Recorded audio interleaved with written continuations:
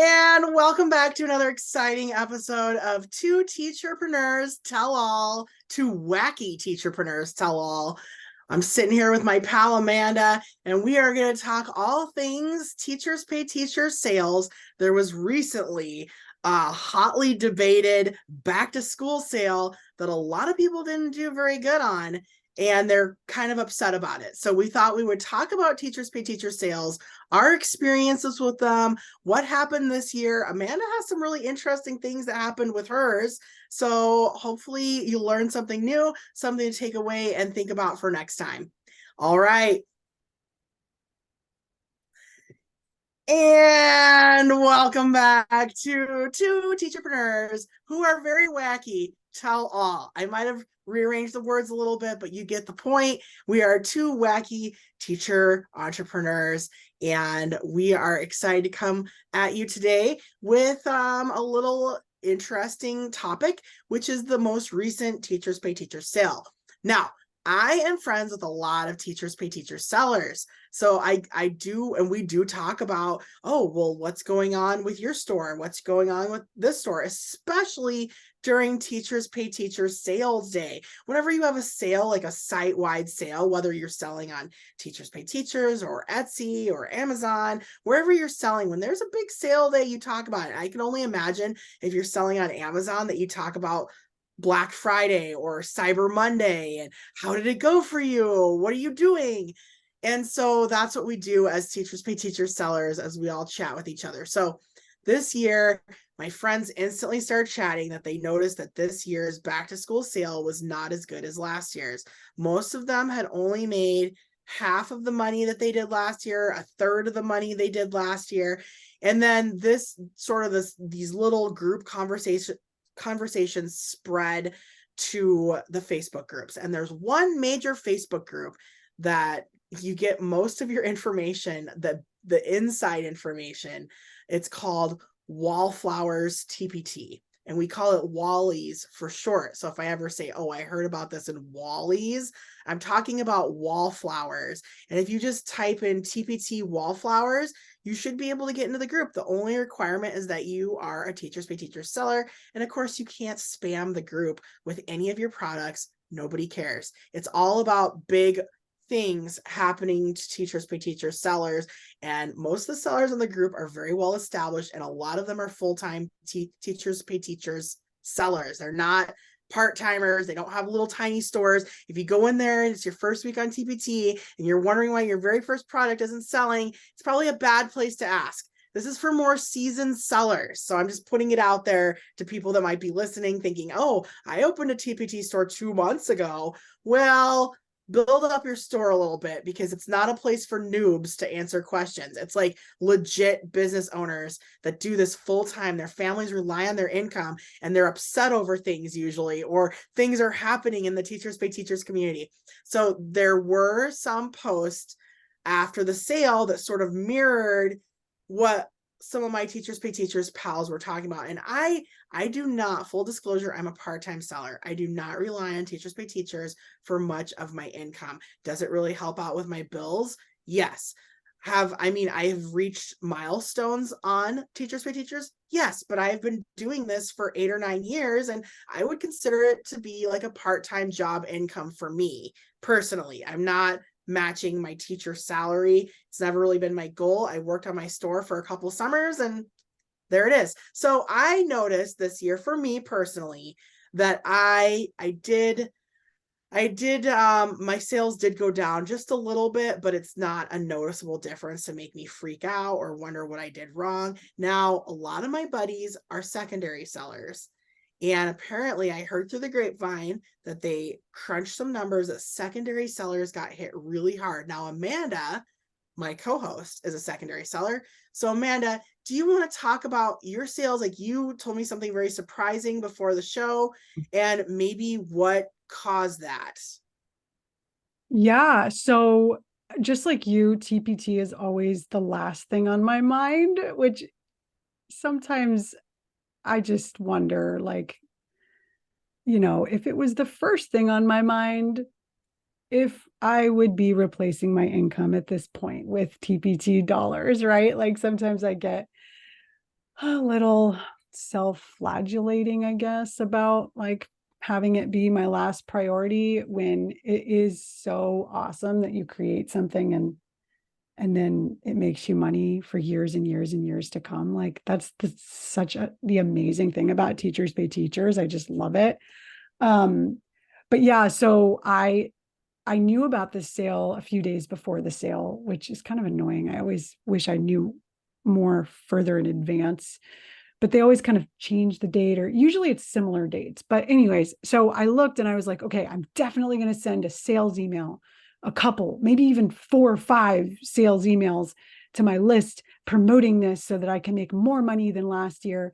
But I was in the middle of a webinar series. So I did a series, a 3-day boot camp, like a planning boot camp.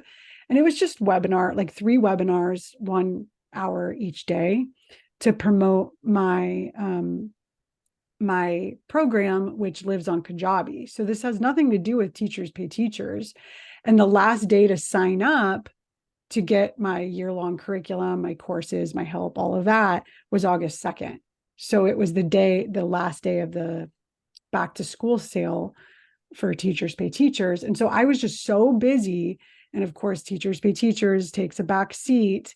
And I didn't end up sending any sales emails, which I mean is fine. Like I don't usually, but I do want to try to do that more because I think it does help you increase your sales when you have an email list and you can promote the sale and like specific products, like seasonal products that will help teachers like with back to school, and I know a lot of your friends and my friends, I'm on their email lists, and I get a lot of emails from secondary sellers promoting the TpT sale. And sometimes I'm like, thank you for promoting this for me. I mean, they're promoting their own products, but I'm like, yes, people are going to know this sale is happening and maybe they wish list some of my stuff. Because like the same people who buy from my friends also have bought from me. Like I have seen that, like, and I see it in Facebook. Like I'll see the same people in like my Facebook group versus my competitors' Facebook group, right? Like the same people are commenting, whatever. But anyways, I did better than last year. I don't, and I think I know why. So the first reason, and I was explaining this to Jess earlier, is that I notice my sales on Teachers Pay Teachers go up when I'm doing a webinar, because what I'm selling through my webinar is more pricey, and more of like, get everything for this price. And a lot of teachers, they come to my webinar, they like what I have to say. And I tell them, like, this is, I'm a teacher author. I make curriculum to make reading and writing more engaging and exciting for teachers and students. And then they go look me up on Teachers Pay Teachers and they find me. And then they buy like 1 or 2 things, three, 1, 2, 3, they end up spending, $50, $60. Whereas my stuff is, over 100 that I'm promoting through my webinar. And so I think that because I do webinars, yeah, I get more sales, but I didn't even talk about TpT in my webinar. So like, I mean, these teachers are smart, right? They're like, oh, I like her. Let me go look her up on this platform that I really like buying stuff from, and even on my website, like I'll have my sales on my website will go up. So it's kind of like, teachers who don't want my full thing, they just want like 1 or 2 things. And so there's like this added benefit to doing webinars where all your sales go up, And so I think that's why my sales went up or were better this year during back to school than last year. Cause I wasn't doing a webinar during this time last year. Yeah. Now, to people listening at home and they're like, I don't even know what a webinar is. I don't know how to do one. What would you recommend to them? Like, how would they learn how to do a webinar? Well, I think we had a episode recently about the whole process. Like I talked about, it was the one about um make money while on vacation. I mean, I talked Yeah, about that whole process in there. true. It's hard. I mean, and if you're just one person putting this all together, it's a lot of work up front, but once you have it all done, you can just rinse and repeat it. you know? So, but it is a lot of work, like getting on live. You don't have to show your face. You could just show your slides. I mean, I think it is good to show your face because it's like developing trust, with your customers.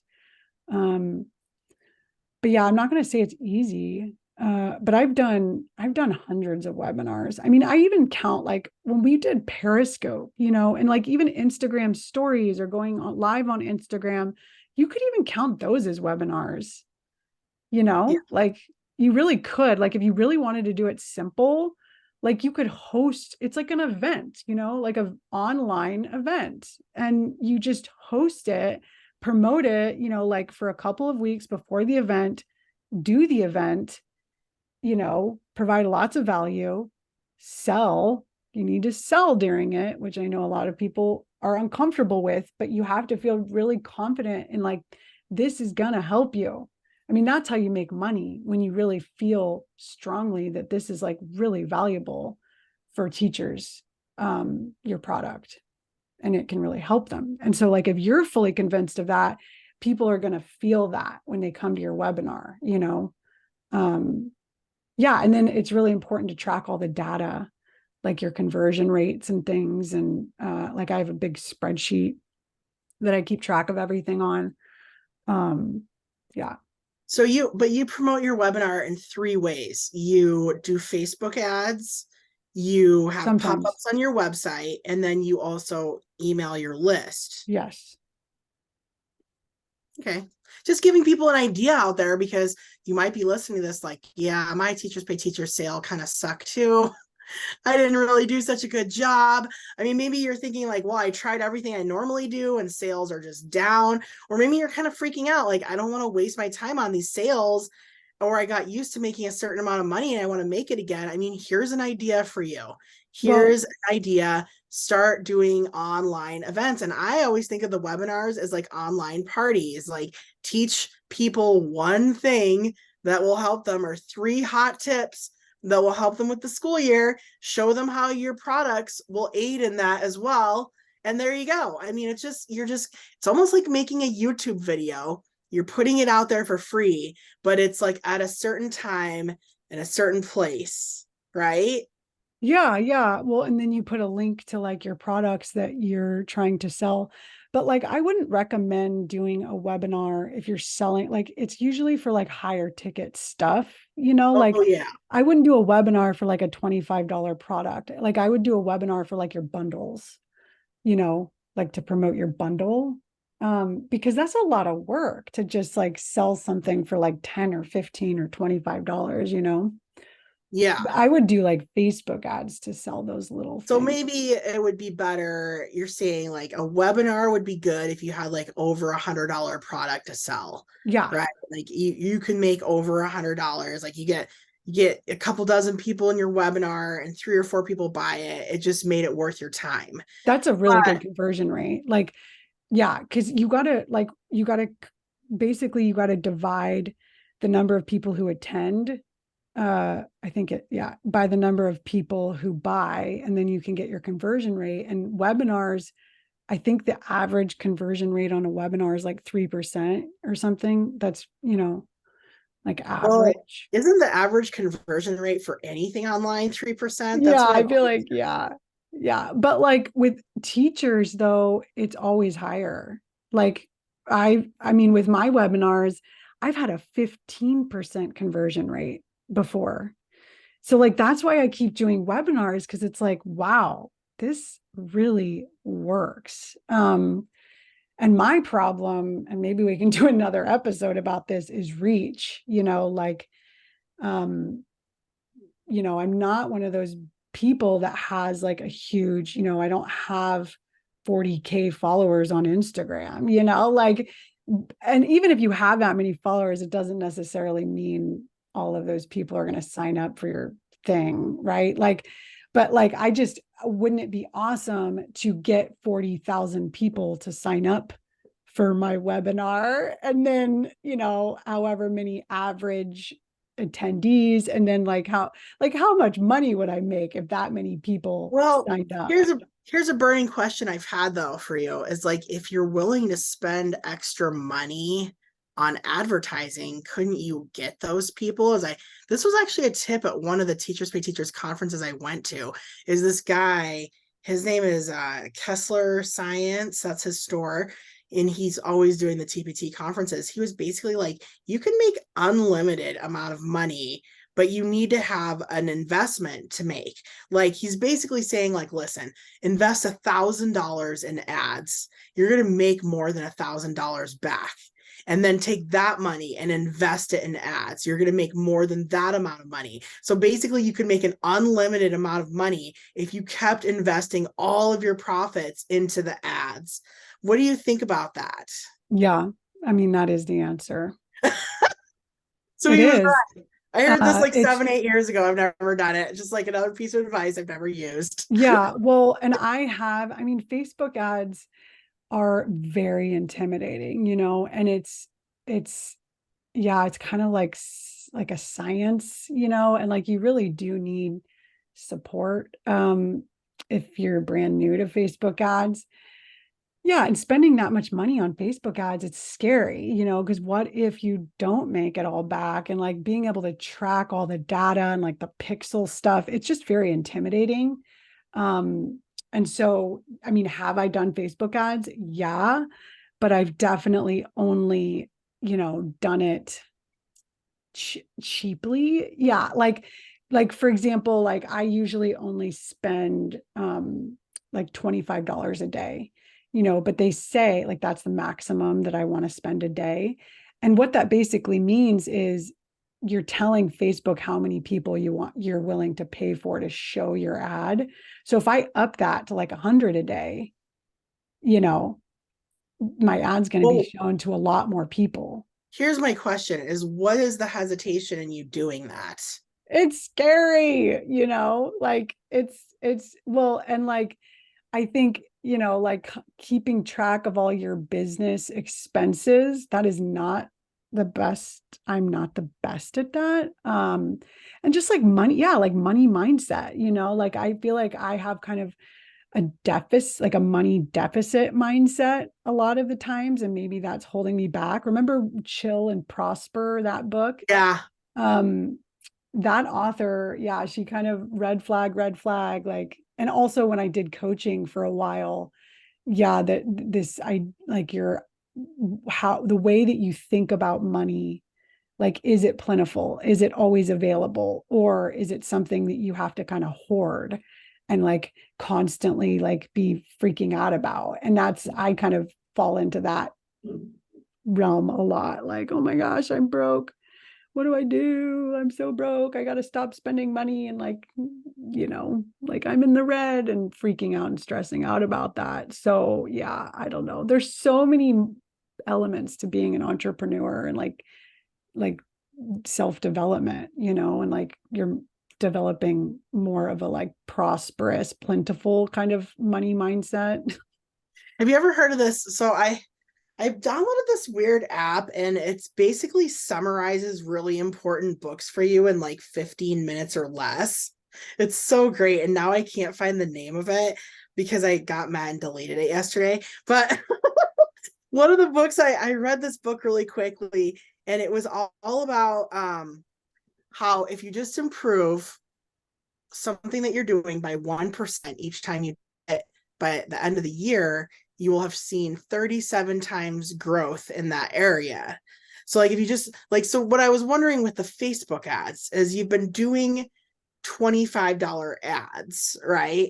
What if next time you upped it to 35?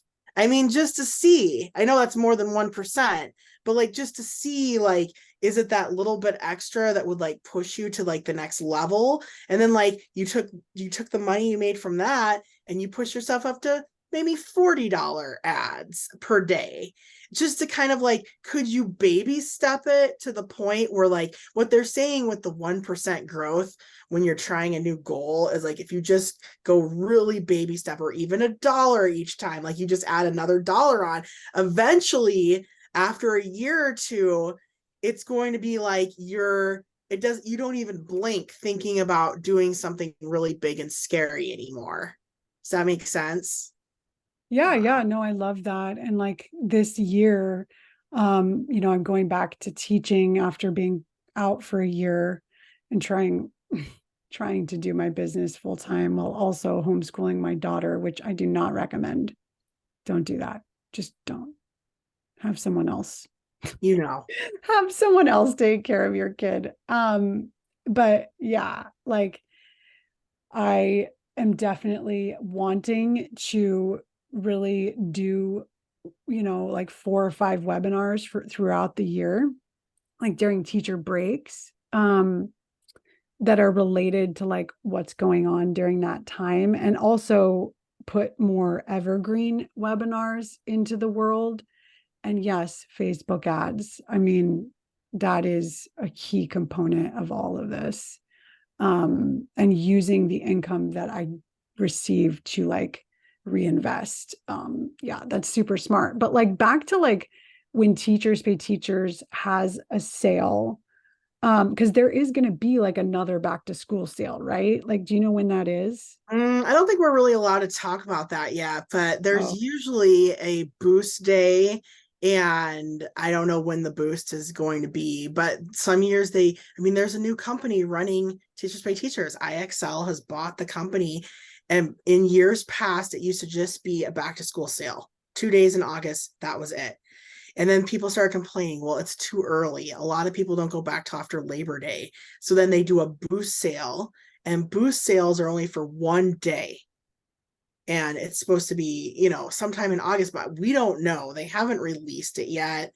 And even if we did know, you're not supposed to tell like the general population until a certain day and time. But honestly, they haven't released the boost sale yet. If there's going to be one, we have no idea. Everyone's so upset that they didn't make money those first 2 days that they're not too excited about future sales, right? They're so, trying to figure their stuff out. so why do you think that was? Well, I had a couple ideas. Some of my buddies are in YDP, and they said secondary sellers got hit really hard. And we were having this chat before because you're a secondary seller and you mostly, I mean, you're kind of going in the secondary world. And you had made a comment that, well, elementary school teachers, like you would have thought it would have been opposite because elementary school teachers have canned curriculum. We are forced to teach XYZ. A lot of schools are outlawing Teachers Pay Teachers. Whereas in secondary, you have a little bit more freedom, like not a lot of canned curriculums. But I was thinking, what if we're just not aware of this because of the states we live in? What if more and more secondary teachers are being told either one, you can't use Teachers Pay Teachers anymore, well, we've been told in my district you can't use it, and we're a really big school district. We're like the fourth or fifth biggest in the country, and kind of the general sentiment is no TPT, even in secondary, because they because there's a lot of reasons they say no TPT. I don't want to go into all of them, but that was one of my things, is like maybe there's more school districts banning TPT. I was also thinking maybe more schools are buying curriculum now post COVID, where they saw all the scores dipping. And of course, nobody was learning for like a year and a half in a lot of places, right? So maybe they're freaking out and buying curriculum, telling the teachers, listen, you don't need Teachers Pay Teachers. We bought you some curriculum. So the secondary teachers were like, great. And then we were also saying this. I was also thinking the third idea was the economy is just horrible right now. Inflation, prices are up, people are, fighting for their wages, and maybe there's just not enough money to go around on Teachers Pay Teachers. I mean, I'm definitely thinking twice before I buy things now. I used to just sometimes I would blow 30 or $40 a day for like the whole week of back to school, right? Sometimes I would spend a couple hundo going back to school, buying everything, and I wouldn't even care. But now my discretionary income is way lower. Like everything is higher. It feels like everything's more expensive. Food, gas, my car insurance, electricity, just everything. It's killing me. And now student loans are coming back. Student loan payments are coming back in October for people.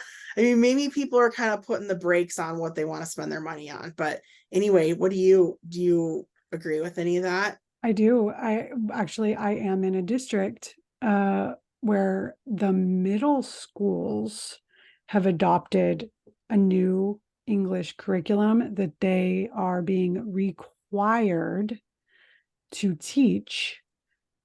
Some teachers are happy about that. Some teachers are very, very upset about that, right? Because I think a lot of districts, they say, oh, you can't do teachers pay teachers because it's not researched. This isn't curriculum that's been studied and hasn't been validated or whatever. But I think that's ridiculous because yes, it has, by the teacher who made it in their own classroom. You know what I mean? Like, it's ridiculous that they think that, like, I mean, I know there's crap stuff on Teachers Pay Teachers, but a lot of it is incredibly creative and engaging. I mean, that is why Teachers Pay Teachers is so amazing, because what I find happens when a district adopts a curriculum, a canned curriculum, is that a lot of people get really excited because they think it's going to make their jobs easier, and it's like a script, and yeah, like, oh yeah, this is going to make things so much easier. And then you use it for a few months, your engagement declines, right? Your kids start acting out, behavior problems start happening, and it's like, oh crap, let me put this curriculum in the closet and go find something on Teachers Pay Teachers that's more fun, and it's just like, why do we keep doing this? Yes, Why?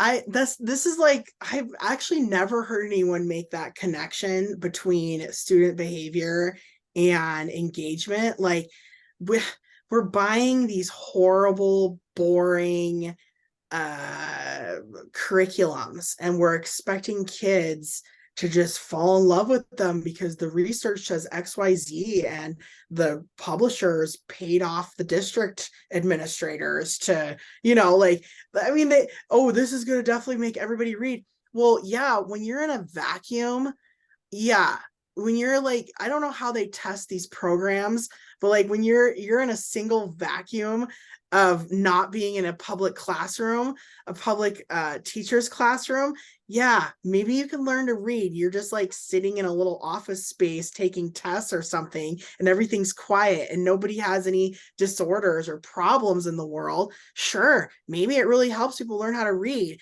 but like in the real world, like how often are these things tested in the real world? Like in public school classroom, it is not like that. It's not a perfect little bubble where there's no problems and everyone's being nice and quiet and everyone's listening to the teacher. It never happens, ever. But like we're saying, oh, well, we got to use this curriculum because it's research based. But like, where has it been tested? And like, who's doing the research? Because a lot of times when I see research, a lot of times it's like the kids are in a little bubble. Like you got 3 kids in a little office space and they're not being bothered by like 33 other people. And nobody has any sort of, you know, disorders or diseases or things that, make learning difficult. I mean, it's the wildest thing. And I'll always be against canned curriculum, but I bet you're right.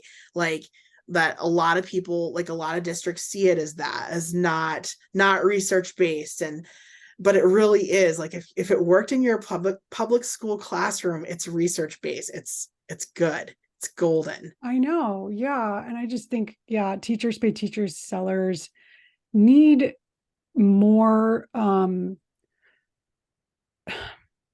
they need to be trusted more and like respected, and also teachers in general, like, yeah. And it is sad that I think a lot of teacher sellers who have poured their heart into their products and know they work and know that they're awesome, and being um they're not being compensated for that, and instead these huge, like, super rich companies are, it's kind of sickening.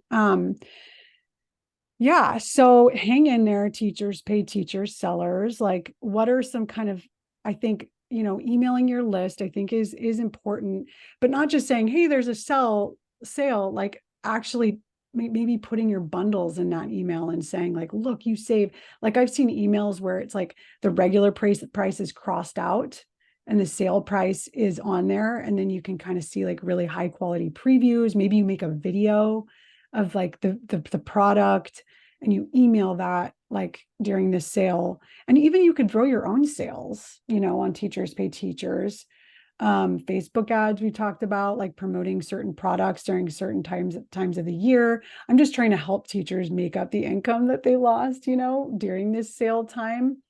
Um, yeah, what else do you have? Do you have other ideas? Well, I was reading this social media book last night, and it was talking about how, still the rule of thumb for selling to a social media audience, no matter how big your audience is, the rule of thumb is like 80% of the time, people really just want to see you, your life, your recommendations, you being silly or goofy, your personality. And 20% of the time, you can drop in some sales. So I think keeping in mind like that whole 20/80 rule is still sort of out there, where I do follow a lot of sellers, and I feel like they only come on during the Teachers Pay Teachers sale, and nobody gives a crap about them because they're like, who is this? I don't care about this person. Like, if you're not constantly giving people information that they find enjoyable and they like, and you're not constantly creating content, don't expect to come on and say, there's a TpT sale. I know I haven't talked to you in 6 months, but you should go to my store and buy all my stuff. People are not, one, they're not going to see you because the algorithm hates you now.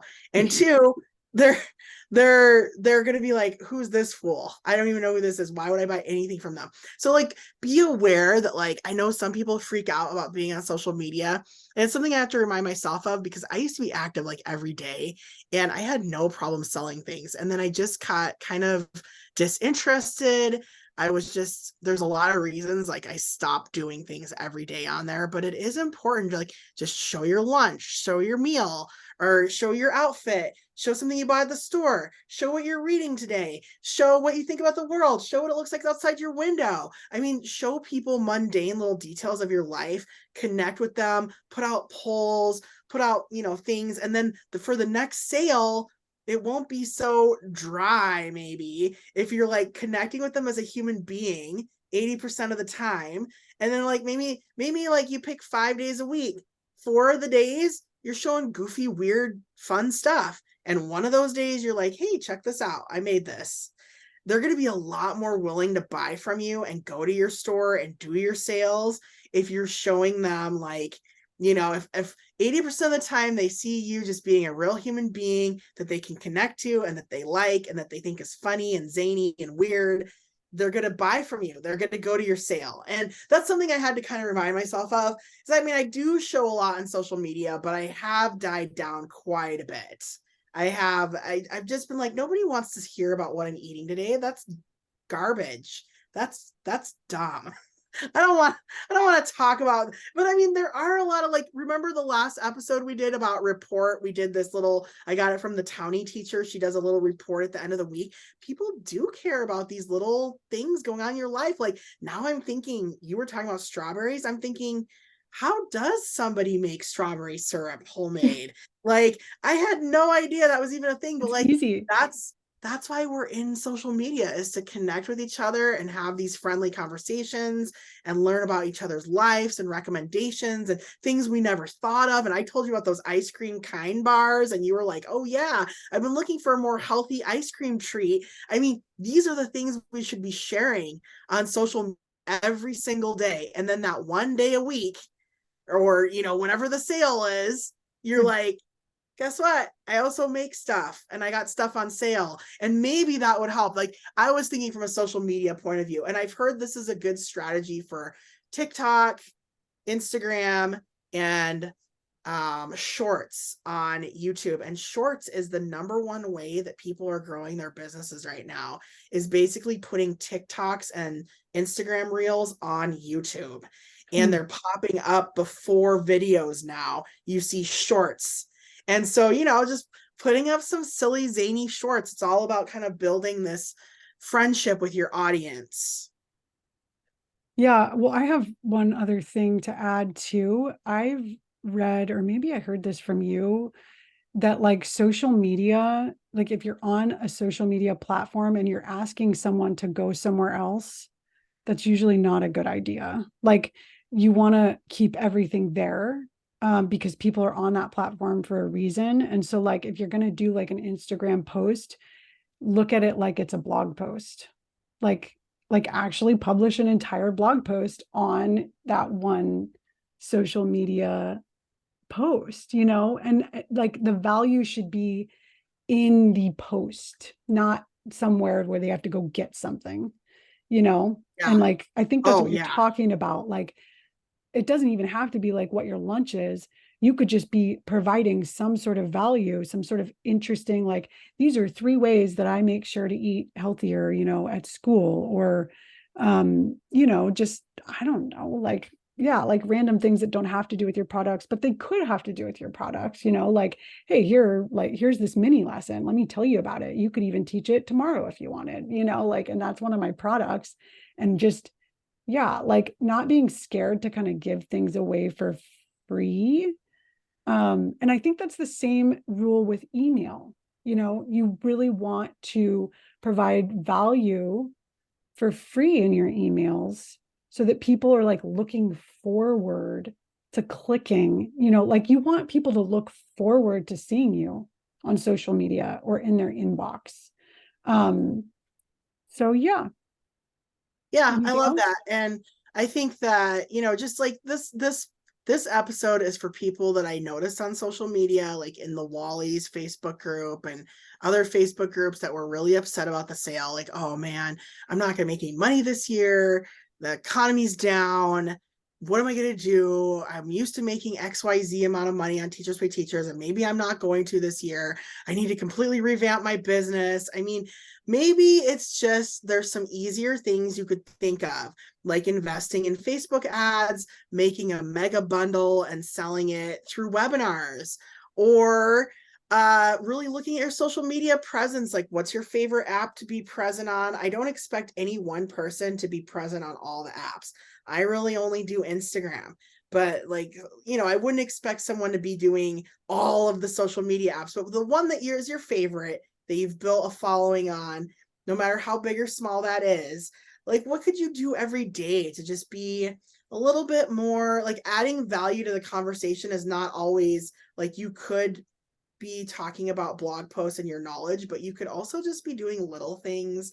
Like think about those things we did the last episode. If you listen to it, the report, like could you add just a couple little things throughout the week to just make people kind of say, okay, I want to support this person. I trust what they've done. So they must do cool things in the classroom because they're talking about their snacks every day with me. And what I actually got this really great tip my first year teaching. Someone told me, if you want to be the most popular person in any school, get really involved with the food at that school. Show up to staff lunches. Don't eat in your classroom. Eat with the staff members at lunch. Bring snacks for people. Bring people's favorite candy and sodas. Like if you want to be the most popular person at your school and have everyone like make instant friends, bring in the food and be around food. And so like if you think about that mentality, that could also be something for social media, or just like building connections with your audience in those emails. I One of my favorite people's emails I get is my buddy Ashley Bible. She always has just like the most conversational, fun emails.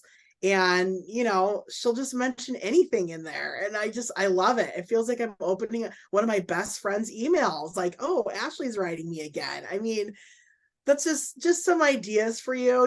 Like you start to read other teacherpreneurs emails and see what are they saying to like make people drawn to their stores. I think it's just excellent. So, and Yeah, I I loved love all your tips. It was great. I love Ashley's emails too, because they're really short and sweet. And yeah, that is why I'm on a lot of lists, because I really am inspired, by like what other people are doing and kind of how they're approaching marketing, email marketing. And yeah, like what could I try? Oh, Ashley she just sent this email that was only like 3 sentences long. Could I do that? Yeah. You know what I mean? Like Yeah. hers are super short and sweet. But anyways, we should probably wrap up. This has been a Yep. very long episode. We wish you well on the next sale. And we hope this has been helpful. Bye.